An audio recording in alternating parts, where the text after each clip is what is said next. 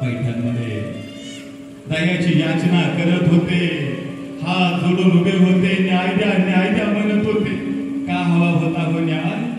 गृहस्थी, संन्यास, गुरुचा उपदेश आणि पुन्हा एकदा विठ्ठलपंत संसारात येते करते झाले. माझ्या विठ्ठलपंतांनी धर्म मागताना समोर उभं राहावं, दयाची याचना करावी, न्याय मागावा. माझ्या लेकरांना समाजात मानाचं स्थान द्या. संन्याशीची काठी म्हणून तो छळ चालवला ना माझ्या लेकराचा, मायबाप बंद करा होतो.